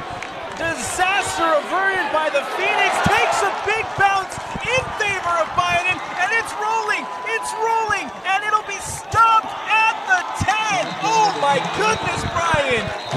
What an absolute bomb of a kick there. Not sure.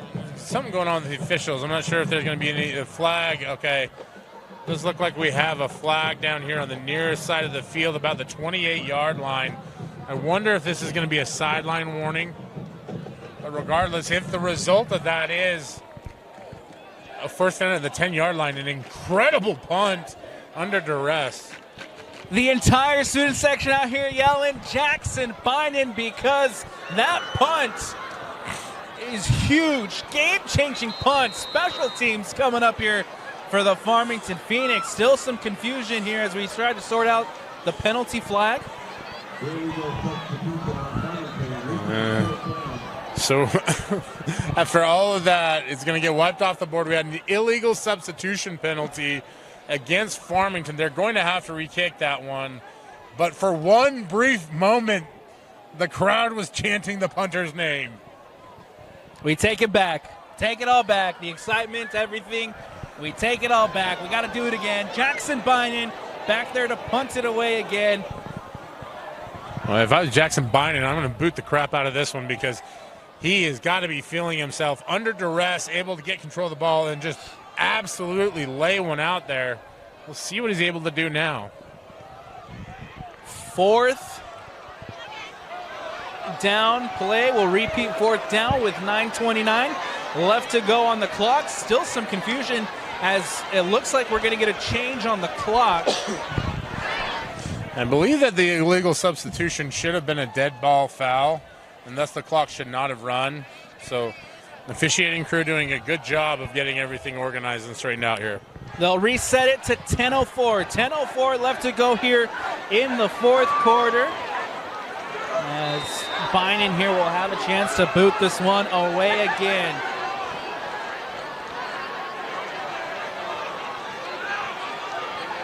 Fourth down into the hands of Bynum, and Bynum with a big punt again. This time returnable. No, dropped, and it comes out, and it's Farmington ball. It comes out, and the Phoenix recover. We talked about it already in the broadcast. The way Bynum punts that ball, it's got a weird rotation on it. Mountain Ridge not able to secure the punt, and what a massive turn of events here in Farmington is we go from one of the best punts we've seen all year to Farmington getting the ball back across midfield.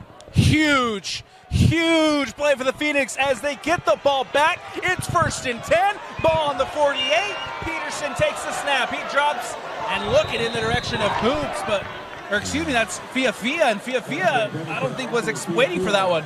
Yeah, I'm not sure what the miscommunication was, whether it was a route or on the depth of it, but he and Peterson have acknowledged whatever the problem was, and they'll try to get back on that same page. But 2nd and 10 now for Farmington. This is an opportunity they absolutely must capitalize on some way, somehow. With 10 minutes left, another score would be monstrous for their opportunity to win. Peterson drops back over the middle, caught by Hoops, and here comes Travis Hoops at the 20, at the 15, wrestled out of bounds. Brian, what a huge play by the Phoenix. Great throw, great catch. I do believe this one is going to come back, however, as there is a penalty flag at the 42-yard line.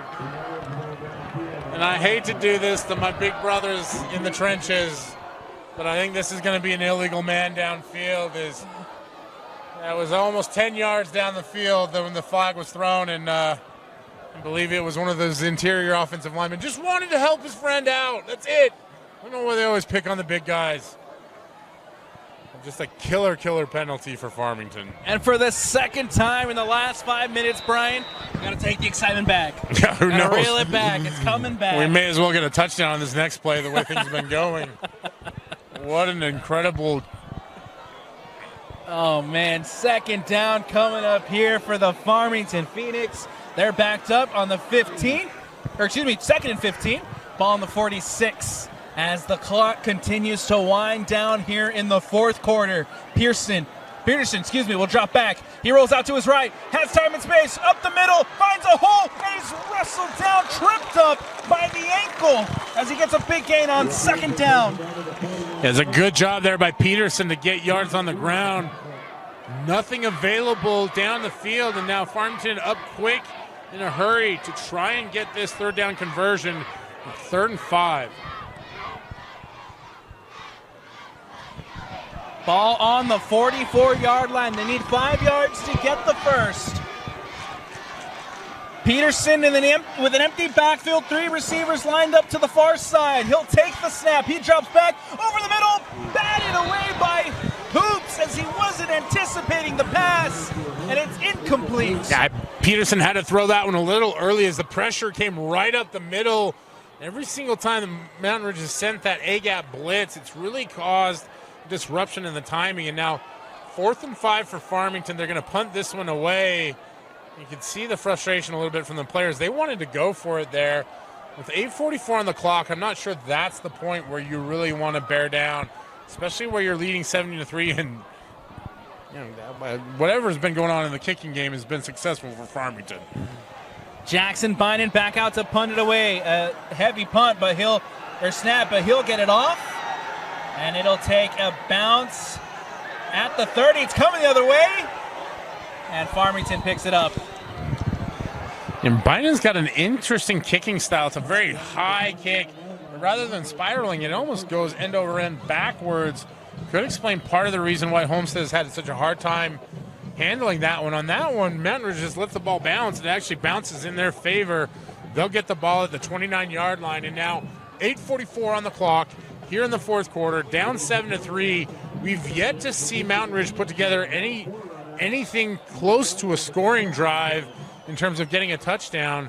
Will this be the moment for an offense that was pretty potent last week? Empty backfield. Bingham gets it out quick, and he can't connect. Intended for Dumas, but it goes incomplete. And that may be part of the reason why we haven't seen this offense be as potent. He and Dumas have just not been able to get on the same page. And for Mountain Ridge, Sunshine Freeman did go down with the injury. We don't know what his status is, but you've got plenty of time right now. You don't have to throw the ball. Maybe time to look at the run game a little bit more. 2nd and 10 coming up. Bingham will take the snap. He'll roll out to his left. Dumps it off to DeYoung. DeYoung trying to barrel through and get some extra yardage. Gets about 5 on the second down play. And that's another good way to move the football. I like getting Bingham rolling out of the pocket, and you have DeYoung going with him. It's an easy pitch and catch, 5-yard gain. Also, you're really spreading that defense across the field and making them work. Bingham again will line up to take the snap on 3rd down. A big 3rd down play coming up here for the Sentinels. 3rd and 5, ball on the 34. 8 minutes left to go here in the fourth. Still trailing 3-7. Bingham drops back. The pressure's coming. Steps up in the pocket, and he's going to be wrestled down for the loss. Relentless pressure from that Farmington defensive front. Ends with a sack there. And now Mountain Ridge, we're getting into a back and forth of 3 and outs after all sorts of action beforehand. Alex, we've had just about everything this game. We've had everything, Brian, but it's still 7-3. Defenses on top tonight. Everything but a Mountain Ridge touchdown. That's a good point. Robinson will boot this one away, gets it off. It'll bounce at the 40 and go out of bounds. We'll see where they decide to spot this one, and it'll be at the 34. When you talk about strange bounces, that one hit and bounced immediately left out of bounds. And kind of the rare sideways bounce. Now for Farmington, 7:15 left on the clock here in the fourth quarter. This may be a drive where you really want to focus on the run game and ball control and really trying to milk that clock as you've got a lead right now. 7-3, 7-15. Peterson lined up to take the snap. Looks like that's Lucas Peterson lined up in the backfield. He'll hand it off to Lucas Peterson.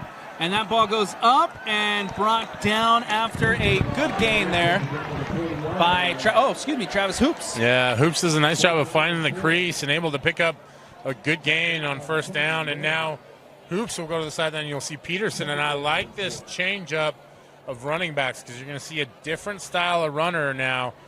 And if Farmington keeps running the football here, that's really milking the clock. Peterson again will hand to Lucas Peterson. Peterson this time met in at the line of scrimmage. Nowhere to go, no gain. Yeah, able to trick the defense the first time around and then ran that little counter action. On that one, it was nothing doing as Mountain Ridge sniffed it out quickly. And a little bit of a loss there now for Farmington in 3rd and 6. It says 3rd and 4 on the scoreboard, but it looks more like 3rd and 5 to me. Ball on the 40 as Peterson line up with an empty backfield. He'll take the snap. He'll get it out. Hoops with the catch. Hoops makes a move. Gets the first at the 45, at the 40. Travis Hoops is through and wrestled down before the 20. Travis Hoops, there it is. Underestimate Travis Hoops at your own peril. He puts a nice little move on the would-be tackler out here. Cuts back inside. And if Wood doesn't make the tackle there, it would have been nothing but Hoops in the end zone for Farmington. Huge play by the Phoenix. Now they're setting up shop. It's just outside the red zone. Ball on the 21, 1st and 10. Hoops in motion. And Peterson trying to get them with the hard count. A quick change in the play at the line of scrimmage. And now Peterson will hand it off to Lucas Peterson. But Lucas Peterson nowhere to go as he is met for no gain.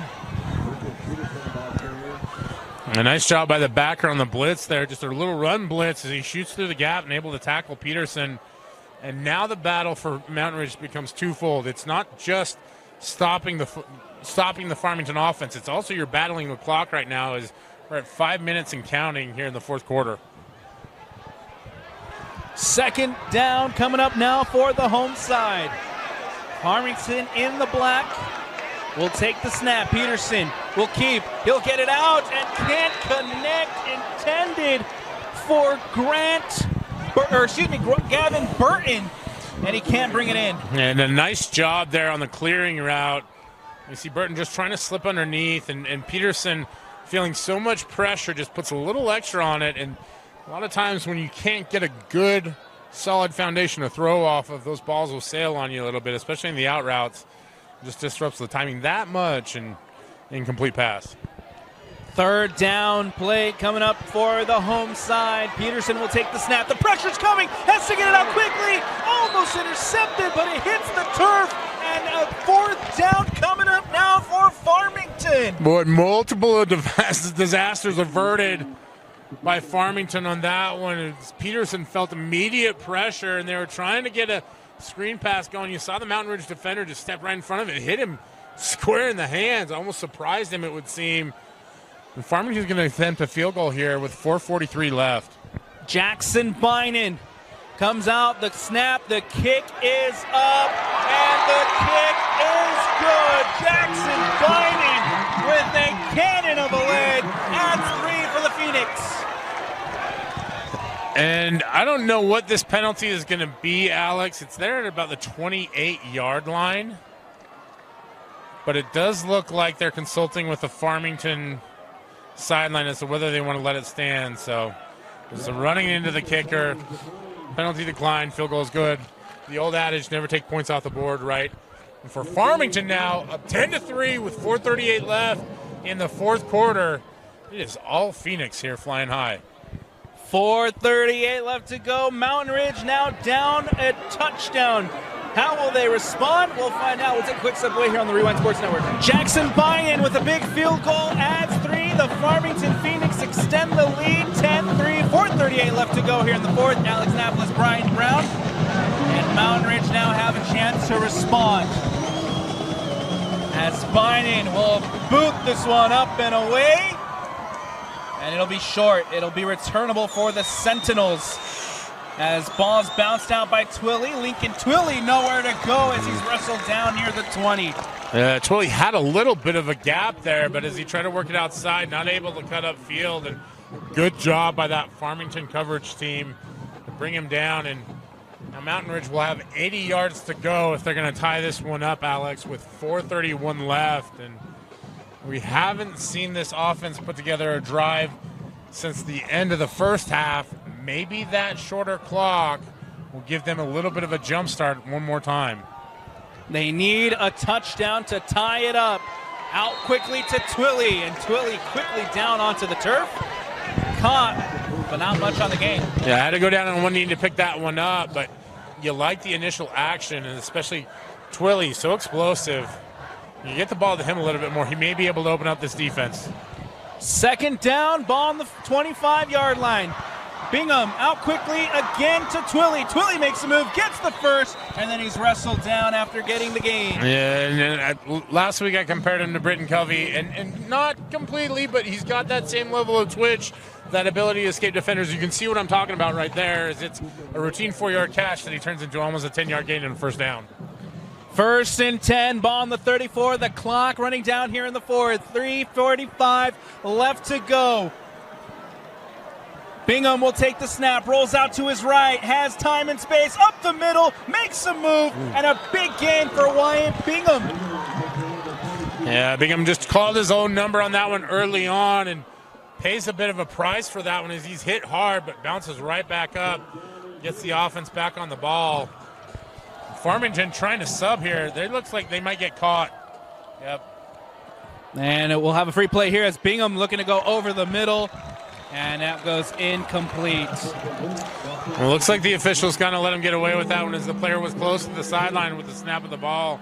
Now it's 3rd and short for Mountain Ridge. This to me feels like it's going to be obvious 4-down territory if they don't pick it up. But for Wyatt Bingham, I really like the rollout here. Anything where you can get him some space so he has some choices to make. 3rd and 2. Handoff to Beck. Beck rolls out to his left. Beck barrels through, but he is going to be by the spot of it.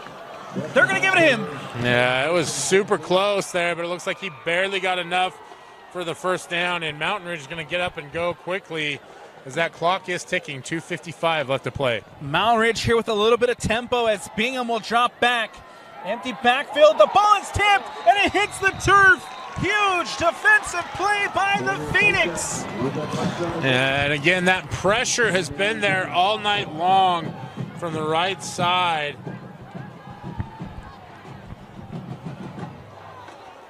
Looks like that was Porter Boca. Yeah, I was going to say, number 89 again, doing a good job and gets the deflection. Second down coming up. Bingham gets it out quick. Twilly with the catch and immediately brought down, but a good gain by Lincoln Twilly on second down. Yeah, a great job there by that Farmington defender to get him down quickly as Porter Boca had gotten loose again. And now on 3rd and 5, 3rd and 4, Mountain Ridge will need to pick it up again at the 50-yard line with 2:24 left to play. Ball at the 50, the 3rd down snap. Bingham drops back. He's going deep, and it is incomplete. But a flag comes out. The late flag comes out. The ball falls to the turf, and the fans here at Farmington are letting it be heard that they are not happy with that call.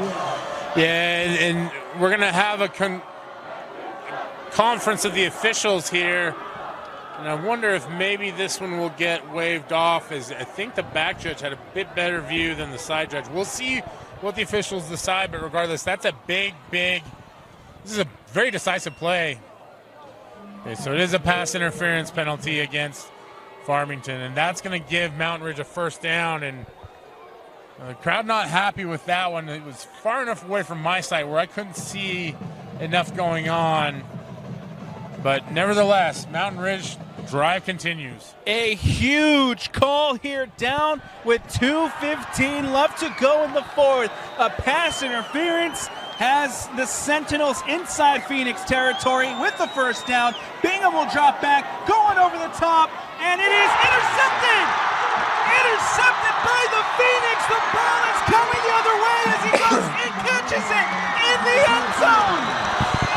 What a monster play from this Farmington defense. They've stood tall all game long.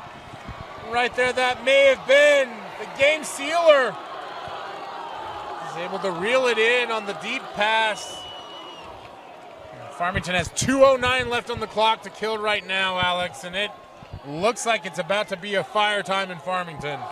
Ball intended for number 33, Caden Runyon, and it is intercepted inside the end zone.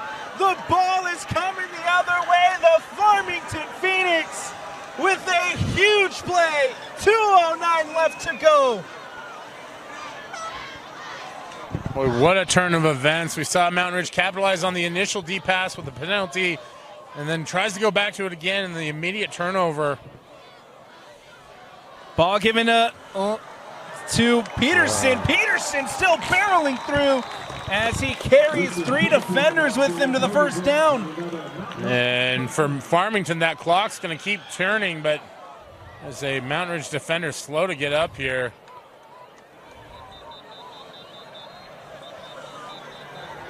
And we'll have the staffs here at Farmington High School run on to take a look at the player down on the turf at the moment. So we'll take a step aside here on the Rewind Sports Network. A big round of applause here at Farmington High School as number 41, Tayton Day, back on his feet, walking over to the sideline as they'll finish taking a look at Day over there on the far sideline for the Sentinels. But good to see him back up on his feet, and we have a 1st and 10 coming up for the Phoenix. The clock is running with 1:44 left to go. And for Mountain Ridge, it's all about getting a stop and seeing if you can start using some of your timeouts. And Farmington more than content to let this clock tick down. And I'm not sure.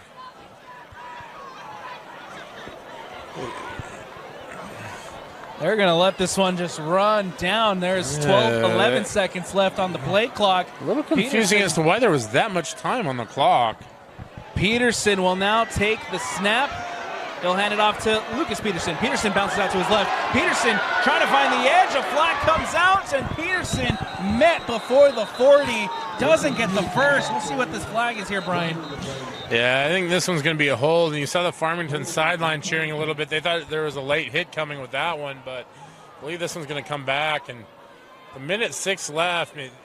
The last 2 minutes here for Mountain Ridge have just been absolutely just disparaging in terms of their hopes of winning this game. And it's only 10-3 right now, but they just look deflated. And we're going to have a consultation here with the officials, and I think not exactly sure if they're trying to debate where the penalty should go from in terms of the mark off. Over on the far sideline, head coach Mike Mifu now in talking to the officials. And for Coach Mayfield, it is kind of a critical situation right now with 2 timeouts left. You only have so much time that off of the injury, winding the clock, and I can't for the life of me figure out why there was 40 seconds on the play clock and why it was allowed to tick down so much, other than the potential of having an injury timeout. And maybe there's an obscure rule that I just don't know of or not aware of. But that is really just catapulted the chances for Mountain Ridge kind of out of distance, because with 1:06 left, first down, and you only have 2 timeouts, your ability to stop the clock at this point gets very, very, very tight. Still some conversations to be had about the situation here.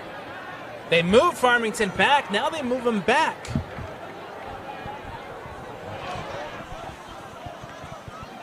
Timeouts taken.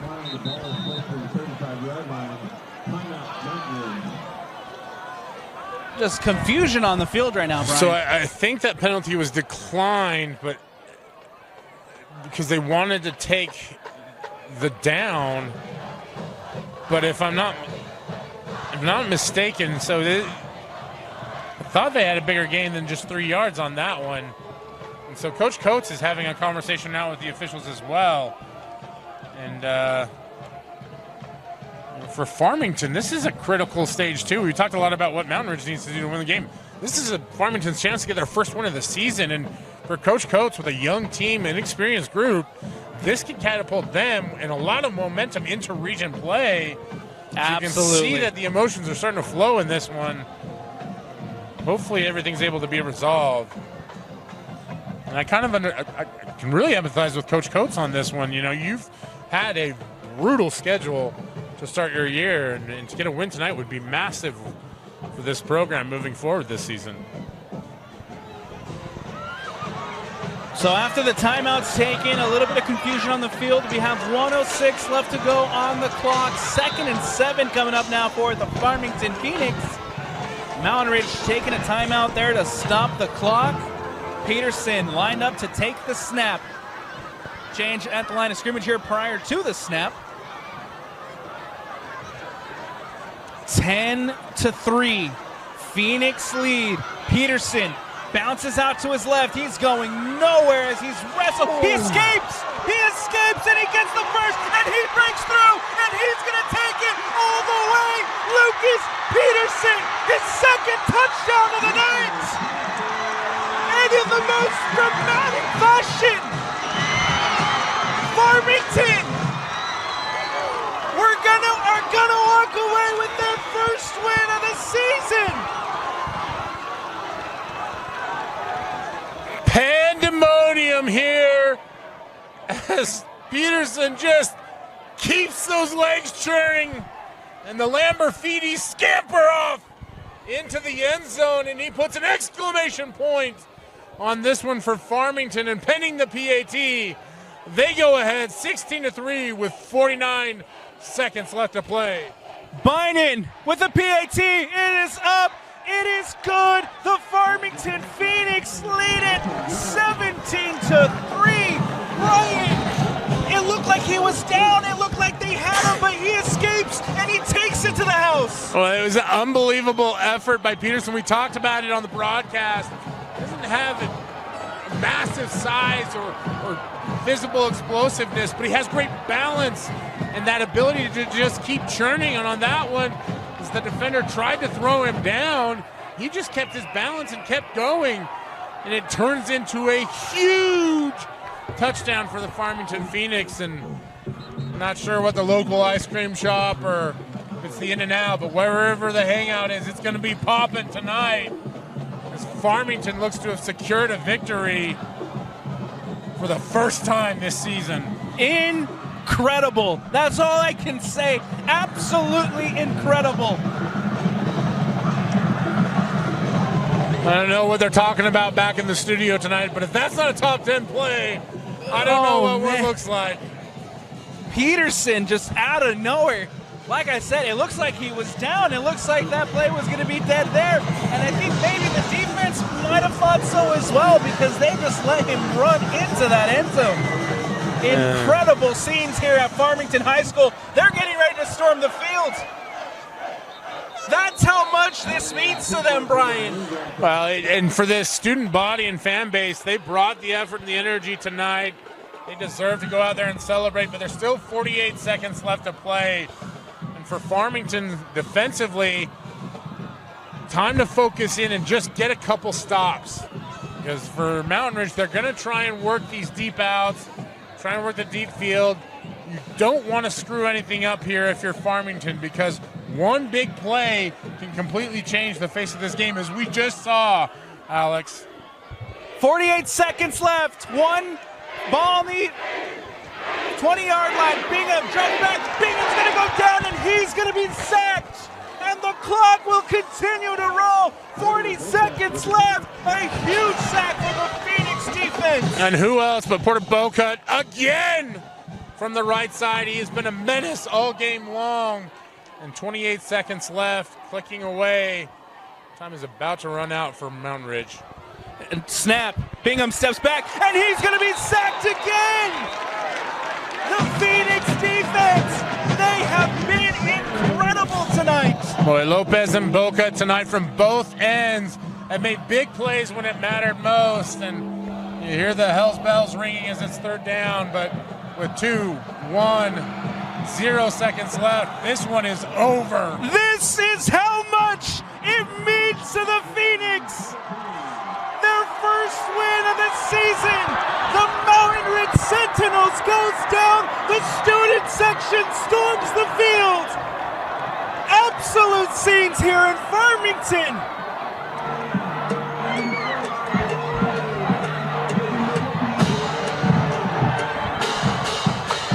What a game for the Farmington Phoenix. They win it 17-3. Their first win of the year.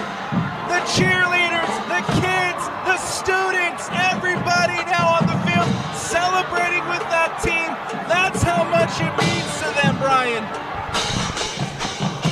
A lot of times we forget that these high school programs represent the communities they wear so proudly on their chest, and you can see tonight, like you said, Alex, it means just that much more to Farmington. And this is a program that's had a lot of success over the past few years and seen some disappointing pieces of adversity.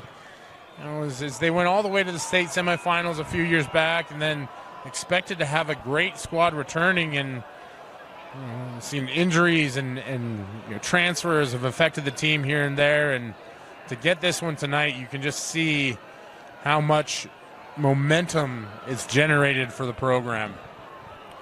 For Mountain Ridge, heartbreak. Absolutely heartbreaking way to lose. And now they need to right the ship. 3 straight losses after starting 2-0, and it doesn't get any easier from here. They got a big matchup against Corner Canyon next week. Yeah, this is a tough game because you're sandwiched between, like you said, 2 of the best teams in the state. Played Lone Peak the week before, Corner Canyon next week, and take nothing away from Farmington. They came out and fought every single play. They set the tone on defense, able to catch a few bounces their way, including a punt that actually went their way and then ended up being called back. It was just a very exciting game, despite the fact that the score is only 17-3.